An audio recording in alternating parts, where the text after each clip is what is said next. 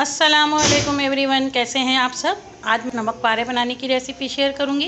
ये बहुत ही जल्दी से तैयार हो जाएंगे, तो चलते हैं रेसिपी की तरफ। नमक पारे बनाने के लिए मैंने 250 ग्राम मैदा लिया है, यह 1 कप। ये 250 ग्राम का 1 कप होता है। 1 चमची नमक डाल रही हूँ, आधी चमची अजवाइन है। इसको हाथों में रब करके डाल देंगे ताकि इसकी खुशबू इसके अंदर बहुत अच्छी आ जाए। 1/4 कप घी है या 45 ग्राम। घी को पिघला लें अगर जमा हुआ है तो। आधा कप पानी है, पहले मैं थोड़ा थोड़ा डालूंगी। थोड़ा सा मैंने बचा लिया है, इसको मिक्स कर देंगे।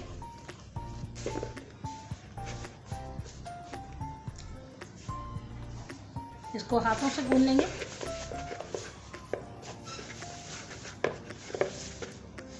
बस इसके अंदर मैं और पानी नहीं डालूंगी, बस इतना पानी सही है। आधे कप से भी थोड़ा कम पानी लगा इसके अंदर।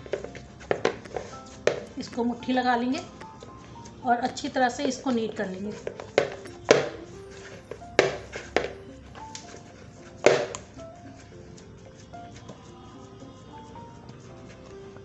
इसको कवर कर देंगे 5 मिनट के लिए।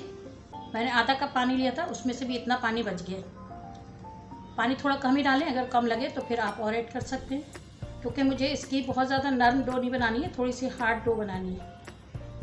5 मिनट हो चुके हैं। अब आटे को 3 हिस्सों में डिवाइड कर लेंगे।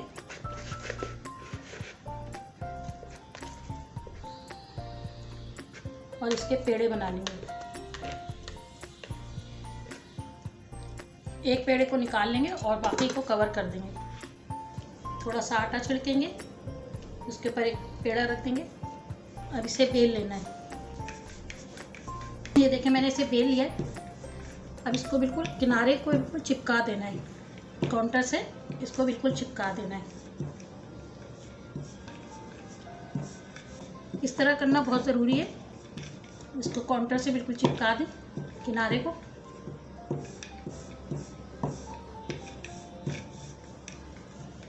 ये देखिए, मैंने किनारे से बिल्कुल चिपका दिया इसको। अब इसको कट कर लेंगे।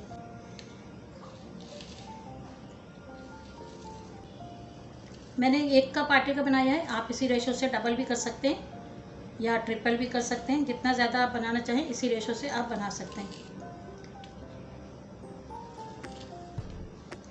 पेड़े को बस एक दफ़ा ही बनाना है, इसे बार बार पेड़े को बनाना नहीं है। जितना आटा भी है, मैंने 3 पेड़े बना लिए, बस 3 पेड़े को ही इसी तरह बेल लेना है। जो इसका आटा बचेगा, इसको दोबारा से हमें बार बार नहीं इसके पेड़े बनाने।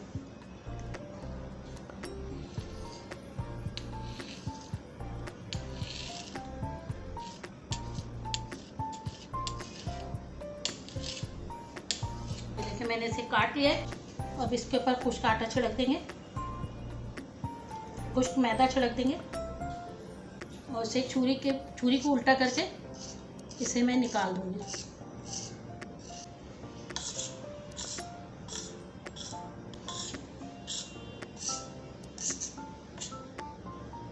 ये सारा निकल चुका है। मैदे में अच्छी तरह से इसको कोट कर देंगे।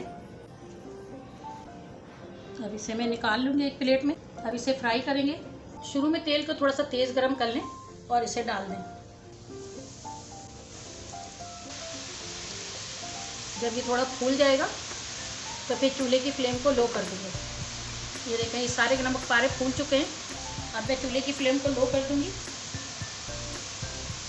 अब लो फ्लेम पे इसे पकाना है ताकि ये बिल्कुल अंदर तक अच्छी तरह से कुक हो जाए और ये बिल्कुल आहिस्ता आहिस्ता गोल्डन हो। ये एकदम से गोल्डन इसे नहीं करना है। ये देखिए, मैंने चूल्हे की फ्लेम को लो कर दिया है। लो फ्लेम पे इसे बिल्कुल हल्के हल्के से ब्राउन होने तक पकाऊंगी। लो फ्लेम पे मैंने इसे लाइट गोल्डन होने तक फ्राई कर लिया है। अब मैंने चूल्हे की फ्लेम को मीडियम कर दिया है और मीडियम फ्लेम पर इसे गोल्डन होने तक फ्राई करूँगी।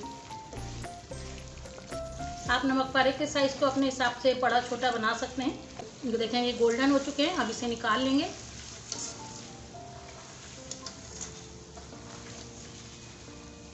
चूल्हे की फ्लेम को ऑफ कर दूंगी और इसे निकाल लूंगी।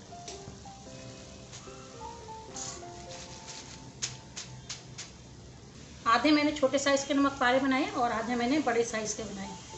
आप अपनी मर्ज़ी से बड़े छोटे जो भी बना सकते हैं। बहुत ज़्यादा डार्क नहीं करना है इसे, क्योंकि इसके निकालने के बाद भी इसका कुकिंग का प्रोसेस चलता रहता है और ये ज़्यादा डार्क हो जाएगा फिर। इतने गोल्डन पे निकाल लेंगे। अगर इसे ज़्यादा डार्क करेंगे तो ये बिल्कुल जले हुए हो जाएंगे, क्योंकि ये इसके अंदर हीट इतनी ज़्यादा है। बस इसे निकाल लेंगे, चूल्हे की फ्लेम को ऑफ कर देंगे।